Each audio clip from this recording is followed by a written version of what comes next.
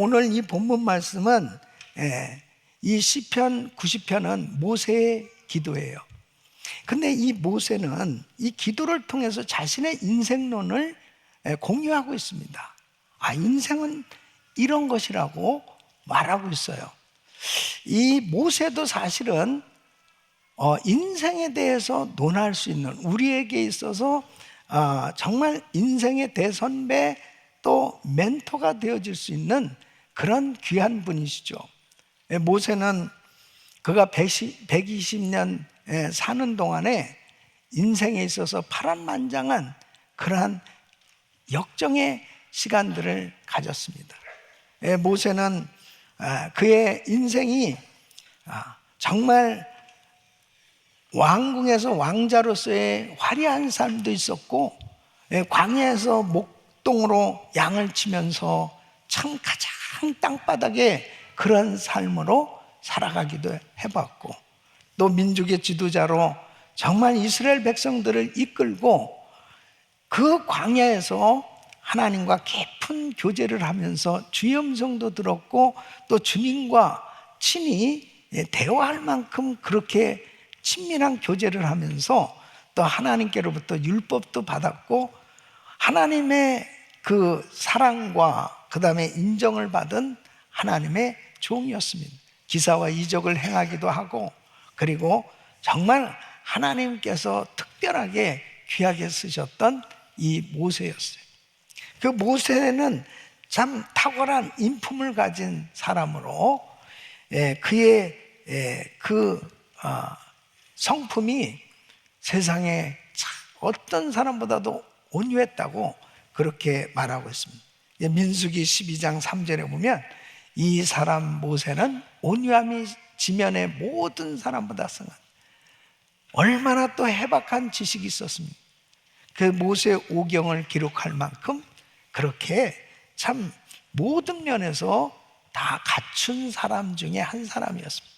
이 모세는 자기 인생에 대해서, 그리고 사람들의 인생에 대해서 이 시편 90편을 통해서 하나님 앞에 기도하면서 이런 인생으로 살게 해주세요, 이런 인생 되게 해주세요, 이렇게 기도하는 것을 보게 됩니다. 저는 오늘 이 말씀을 통해서 우리의 인생을 다시 한번 돌아보면서, 오늘 이 모세의 기도의 내용을 통해서 인생이 무엇인가, 모세가 인생에 대해서 무엇을 깨달았는가, 그리고 어떻게 정말 살아야 될 것인가, 그 방향을 정해주는 이러한 말씀들을 통해서 다시 한번 우리의 삶을 돌아보면서 정말 후회함이 없는 인생, 멋진 인생, 우리 하나님 앞에 정말 잘 살았다고 우리 주님께 감사하며 영광 돌릴 수 있는 그런 삶 될 수 있기를 예수 이름으로 축원합니다. 모세는 인생에서 무엇을 깨달았다고 말합니까? 첫째는 인생은 돌아간다. 3절 말씀을 보면 주께서 사람을 티끌로 돌아가게 하시고 말씀하시기를 너희 인생들은 돌아가라 하셨사오니. 인생은 돌아가는 것이다.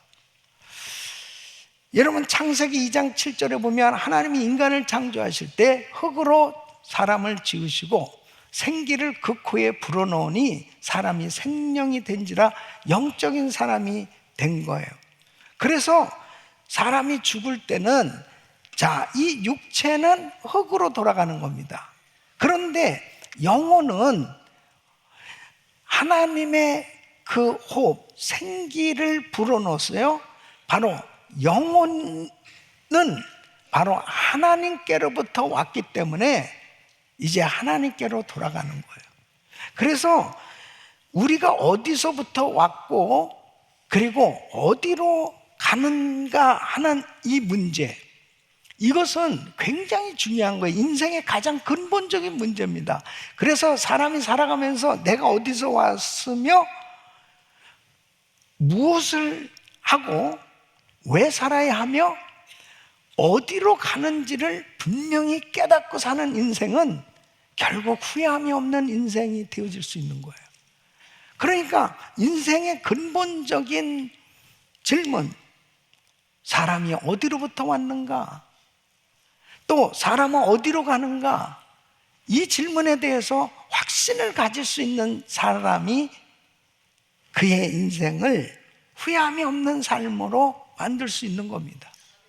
우리 성도님들은 내가 어디서 와서 왜 살며 어디로 가는지를 분명히 깨달은 줄 믿습니다.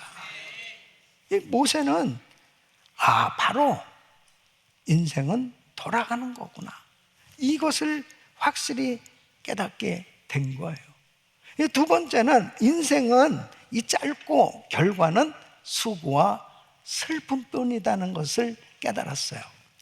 그래서 9절로 10절 말씀을 보면 우리의 모든 날이 주의 분노 중에 지나가며 우리의 평생이 일시간에 다였나이다. 우리의 연수가 70이요 강건하면 80이라도 그 연수의 자랑은 수고와 슬픔뿐이요 신속히 가니 우리가 날아가나이다. 그래서 모세는 120년을 살았지만은 실상 지나온 삶이 너무나 빠르게 지나갔다는 거죠. 너무나 빠르게 이 세월이 흘러가고 있음을 말하고 있습니다. 그래서 표현을 신속히 가니 날아가나이다. 근데 삶의 내용에 대해서 모세는 이렇게 이야기합니다. 결국 그 세월 속에서 남는 것은 수고와 슬픔밖에 없다는 거예요. 그 인류의 시조인 아담과 하와가 죄를 지음으로 인해서 인간에게 이제 수고와 슬픔을 갖게 된 거죠. 원래 에덴 동산은 수고와 슬픔이 없던 곳이었습니다. 창세기 3장 16절에 보면 여자에게 이를 때 내가 네게 잉태하는 고통을 크게 하리니, 여자들이 참 애를 낳는 것이 얼마나 힘들어요. 창세기 3장 17절에 보면은 땅은 너로 인하여 저주를 받고 너는 정신토록 수고해 그 소산을 먹으리라. 그러니까 사람들이 살아가면서 이 땅에서 다 수고하고 그리고 힘든 그런 시간들을 겪으면서 살고 있는 거예요. 그러니까 육체를 가지고 사는 동안은 결국 인생은 짧고 그리고 결과는 수고와 슬픔을 가지고 살아갈 수밖에 없다는 것을 깨달은 거죠. 그럼 이렇게 짧은 인생 어떻게 살아야 될 것인가? 금방 화살같이 지나가는 이런 세월 속에서 나의 인생은 지금 어디로 가고 있는가? 세 번째는 바로 이 모세는 인생은 모두 심판을 받는다는 것을 깨달았어요. 그래서 11절 말씀 보면 누가 주의 노의 능력을 알며 누가 주를 두려워해야 할 때로 주의 진노를 알릴까? 히브리서 9장 27절에 보면 한 번 죽는 것은 사람에게 정한 것이요 그 후에는 심판이 있으리. 그러니까 결국 이런 짧은 인생을 살아가면서도 심판은 반드시 받아야 된다라고 하는 것. 한 번 죽는 것은 정한 이치인데 죽고 나면 끝이 아니고 죽는 그 순간에 반드시 어디로 갈 것이냐? 심판대 앞에 서게 되는데, 그것은 육체를 가지고 사는 동안 분명하게 예수 믿고 구원받은 영혼은 천국에 갑니다. 그러나 구원받지 못한 그 영혼은 음부, 지옥에 가는 거예요. 이것은 죽는 그 순간에 결정되는 겁니다. 그 심판은 그대로 받게 되는 거예요. 여러분은 세상을 떠나는 순간에 천사들의 손에 받들려서 낙원에 들어갈 수 있기를 바랍니다. 낙원에. 이 분명한 확신이 있어야 돼요. 죽으면 끝이 아닙니다. 바로 모세는 이것을 깨달았어요. 인생은 돌아가는 거구나. 인생은 너무 짧아. 근데 결국 정말 그 인생의 삶의 내용은 수고와 슬픔뿐이야.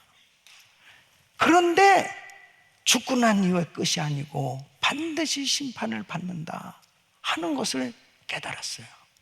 그리고 그는 이렇게 기도를 하는 겁니다. 하나님, 지혜를 주시옵소서. 어떻게 살아야 잘 사는 겁니까? 어떻게 살아야 보람 있는 인생입니까? 어떻게 살아야 축복된 인생입니까?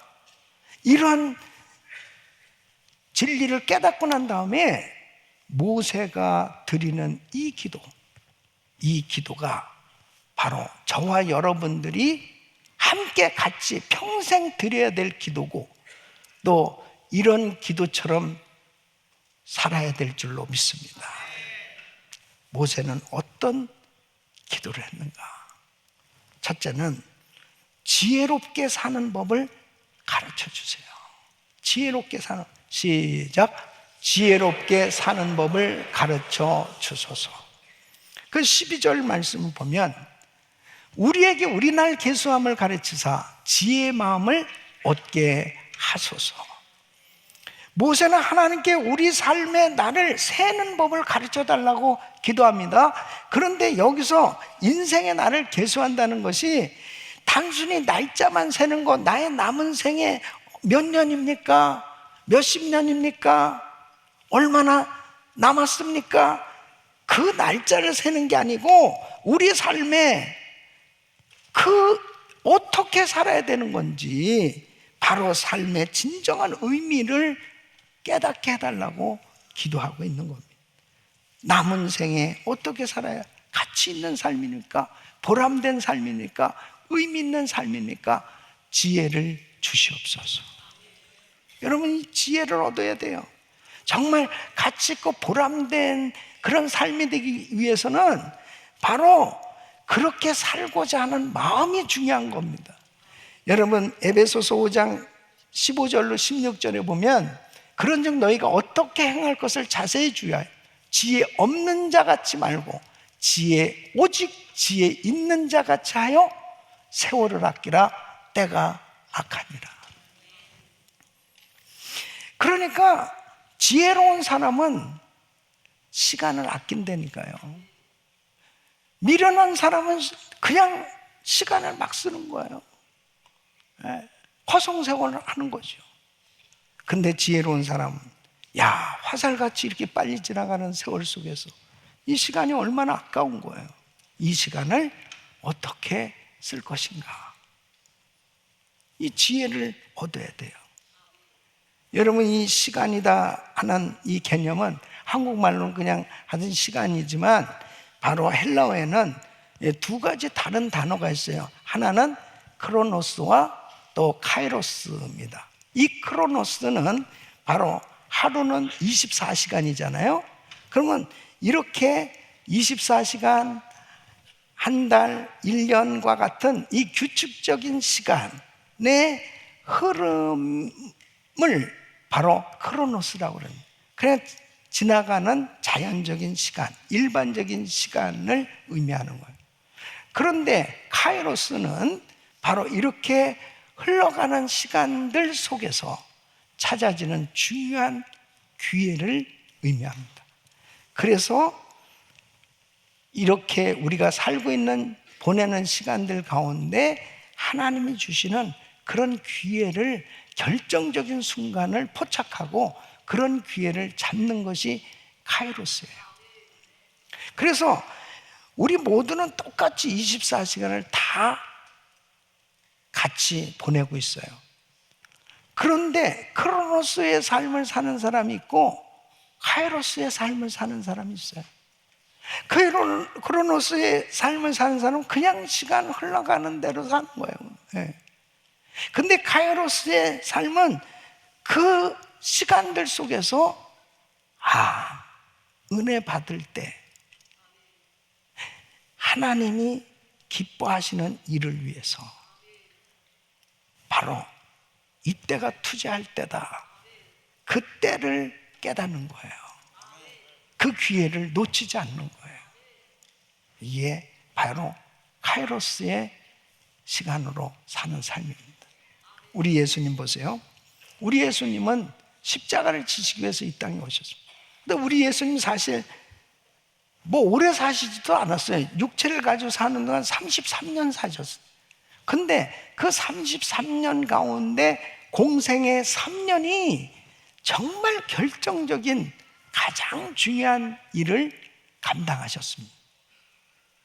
바로 구원 사역을 이뤄놓으셨단 말이에요.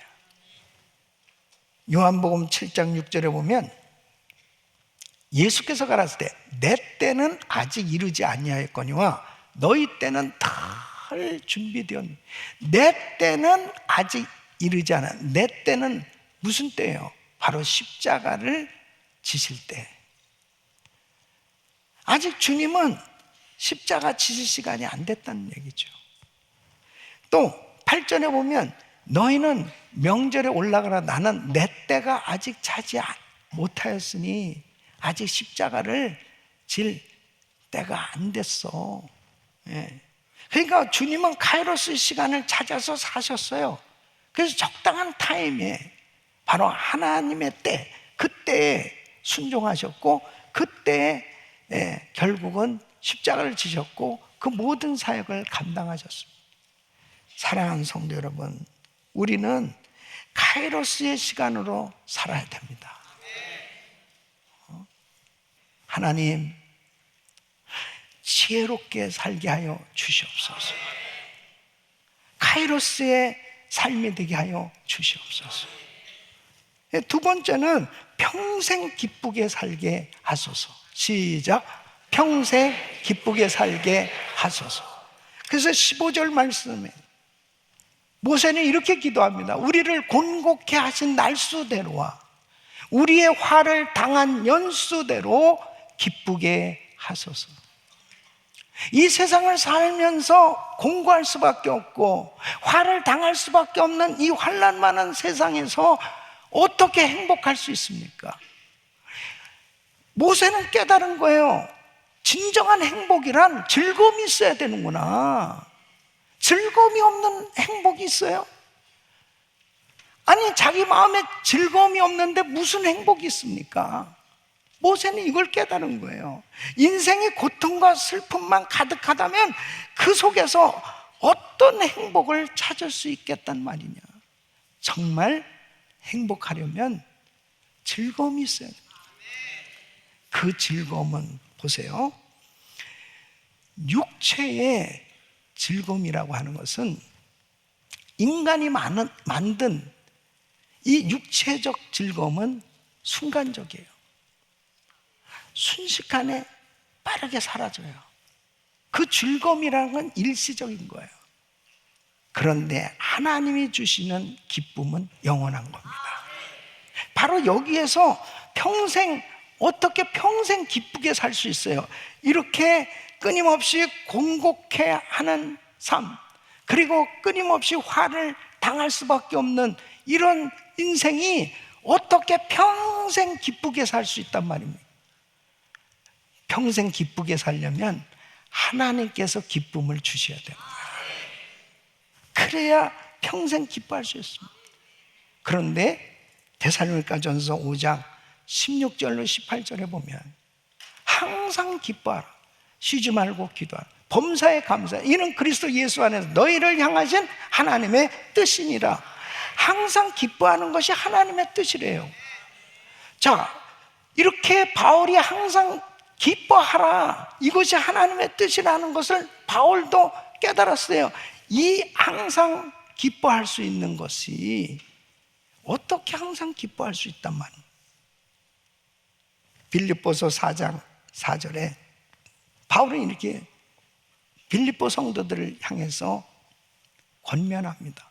주 안에서 항상 기뻐하라. 내가 다시 말하노니 기뻐하라. 여기서도 항상 기뻐하라고 그리고 권면하고 있어요. 데살로니가 교인들에게도 빌립보 교인들에게도 만나는 성도들에게 항상 기뻐하십시오. 근데 바울이 지금 어디에서 이 편지를 쓰고 있냐면 감옥에서 이 편지를 쓰고 있는 거예요. 이 감옥 안에 그렇게 고통을 당하고 있는 사도 바울을 걱정하고 있는 이 빌립보 성도들을 향해서 항상 기뻐하십시오. 꼭 기뻐하는 삶이 되세요 하고 그렇게 권면하는 이 바울은 기뻤겠습니까? 슬펐겠습니까? 정말 기뻐했을까요? 그냥 습관적으로 말하는 것일까요?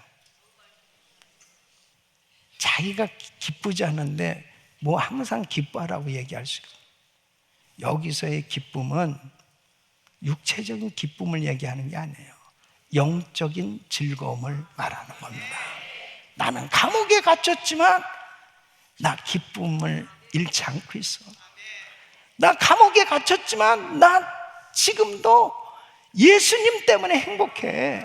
예수님 때문에 즐거운 거야. 그래서 여기서 이렇게 표현한 것입니다. 주 안에서 항상 기뻐하라. 예수님 안에서라면, 예수님 때문이라면 기뻐할 수 있다는 거예요. 사랑하는 성도 여러분, 왜 우리가 참 예수 믿으면서도 이 정말 세상적인 것 때문에 이 엄청난 영적인 즐거움을 놓쳐버리고 사는 사람들이 너무 많아요. 예. 세상의 어떤 소유하고자 하는 것, 이루고자 하는 것, 이런 것들에 대해서 기대했던 것들이 잘 안 이루어졌을 때 마치 모든 것을 다 잃어버린 사람처럼 그렇게 근심, 걱정, 염려하며 사는 사람들이 얼마나 많이 있습니까? 영적이라고 하면서도 그런 사람들이 너무 많아요. 예. 그러면 행복한 신앙생활이 안 됩니다. 근데 하나님의 뜻은 항상 기뻐하는 거예요. 우리 하나님 아버지는 우리 자신들이 너무 행복하기를 원한다니까요. 모세는 이것을 깨달았습니다. 아, 인생의 행복이란 즐거움이 있어야 됩니다. 주여, 항상 즐겁게 살게 하여 주시옵소서. 따라했습니다. 주여, 평생 즐겁게 살게 하소서. 아멘. 그래서 절기가 되면 또 이런 은혜를 받고 다시 영적인 즐거움을 회복하고 또 다시 새 힘을 얻고 하나님 앞에 늘 승리하게 되는 줄로 믿습니다. 세 번째는 하는 일마다 견고하게 하소서. 시작. 하는 일마다 견고하게 하소서. 17절에 이렇게 기도합니다. 주 우리 하나님의 은총을 우리에게 임하게 하소서. 우리 손의 행사를 우리에게 견고케 하소서. 우리 손의 행사를 견고케 하소서. 모세는 깨달았어요. 아무리 인생이 정말 열심히 노력하고 애쓰고 많은 것을 얻었다 할지라도 이루었다 할지라도 하나님께서 견고케 해주지 않으면 다 무너질 수밖에 없다는 것을 깨달았다니까요. 하나님이 견고케 해주셔야 됩니다. 우리가 아무리 수고하고 노력하고 애를 쓰고 산다 하더라도 나의 하는 모든 손에 그 수고가 열매를 맺게 되는 것은 전적인 하나님의 은혜로 가능한 거예요. 여러분 창세기 11장에 보면은 바벨탑 사건이 나오잖아요. 그 사람들이 당시에 최고의 건축 시설과 건축 그 실력과 과학 모든 걸 다 동원해 가지고 탑을 쌓는 겁니다. 이 탑은 어디까지 쌓냐면 하늘 꼭대기까지 쌓자는 겁니다. 그러면서 하나님께 영광을 돌릴 목적이 아니고 자기들의 이름을 내자는 거예요. 그러면서 자기들의 이 실력을 과시하기 위해서 사람들이 총동원에 되어서 바벨탑을 쌓습니다. 하나님이 보셨어요. 자, 얘들이 웃기고 있네. 인생이 하나님의 영광을 위해서 하지 아니하면 교만한 거예요. 그러니까 11장 8절에 이렇게 말씀하십니다. 여호와께서 거기서 그들을 온 지면에 흩으시고 그들이 성쌓기를 그쳤더라. 그러니까 아무리 열심히 쌓아올라가도 하나님이 흐트러 버리시면 아무것도 아니에요. 그게 인생입니다. 하나님이 경고케 해주셔야 되는 거예요. 하나님 우리 가정도 경고케 해주시고, 하나님 우리 사업장도 경고케 해주시고, 하나님 우리 교회 사역도 경고케 해주시고, 우리의 인생이 정말 하나님 앞에 경고케 세워지게 하여 주옵소서. 모세는 이 사실을 깨달았습니다. 사실 모세도 자기가 애굽에서 바로 왕궁에서 왕자였고, 자기는 무술과 학문을 연마한 지도자로서 히브리 사람 가운데 자기만큼 실력 있는 사람이 있겠어요? 그래서 히브리 사람을 좀 도와주려고 했었는데 그건 자기 생각이었어요. 자기 힘으로 해보려고 하니까 사람이나 쳐 죽이고 결국은 아무것도 된 일이 없었습니다. 깨달았어요. 도망자, 살인자밖에 안 됐어요. 그러나 그 인생 다시 회복시키셔서 능력을 주시고 은혜를 주시니까 위대한 민족의 지도자로 세워진 줄로 믿습니다. 하나님이 우리의 인생 경고케 해주셔야 돼요. 잠언 16장 9절에 보니까 사람이 마음으로 자기의 길을 계획할지라도 그 걸음을 인도하는 자는 여호와시니라. 하나님께서 정해주시고 인도해주신 그 주님의 계획과 뜻대로 순종되었을 때 견고한 인생으로 세워주시는 거예요. 시편 127편 1절에 보면 여호와께서 집을 세우지 아니하시면 세우는 자의 수고가 헛됨, 여호와께서 성을 지키지 아니하시면 파수꾼의 경성함이 허사로다. 하나님이 지켜주시고 보호해주시고 세워주실 수 있기를 바랍니다. 여러분, 견고한 인생이 되려면 예수님 안에 세운 인생이 돼야 됩니다. 예수님 안에서만 견고한 인생이 될 수 있습니다. 견고한 인생은 하나님 말씀 위에 세운 인생이에요. 여러분, 하나님의 말씀 안에 세워져야만 견고한 인생이 될 수 있습니다. 견고한 인생은 하나님 뜻 안에서 세운 인생이 돼야 됩니다. 하나님 뜻대로 사는 삶은 하나님께서 책임져 주십니다. 모세는 깨달았어요. 아, 인생은 돌아가는 것이다. 그리고 인생은 짧고 정말 인생의 삶의 내용은 수고와 슬픔밖에 없는데 세상을 떠나면 죽는 것으로 끝이 아니고 결국은 심판을 받게 될 것이다. 이런 가운데 어떻게 살아야 될 것인가? 하나님, 지혜롭게 사는 법 가르쳐 주세요. 하나님, 평생 기쁘게 살게 해주세요. 하나님, 하는 일마다 견고하게 축복해 주시옵소서. 이 모세의 기도가 우리의 기도가 될 수 있기를 바라고요, 모세의 기도처럼 살 수 있기를 바랍니다. 그래서 저와 우리 성도님들의 인생은 후회함이 없는, 그리고 잘 살았다 그럴 수 있는, 하나님께 영광 돌리는 복된 삶 되시기를 예수 이름으로 축원합니다.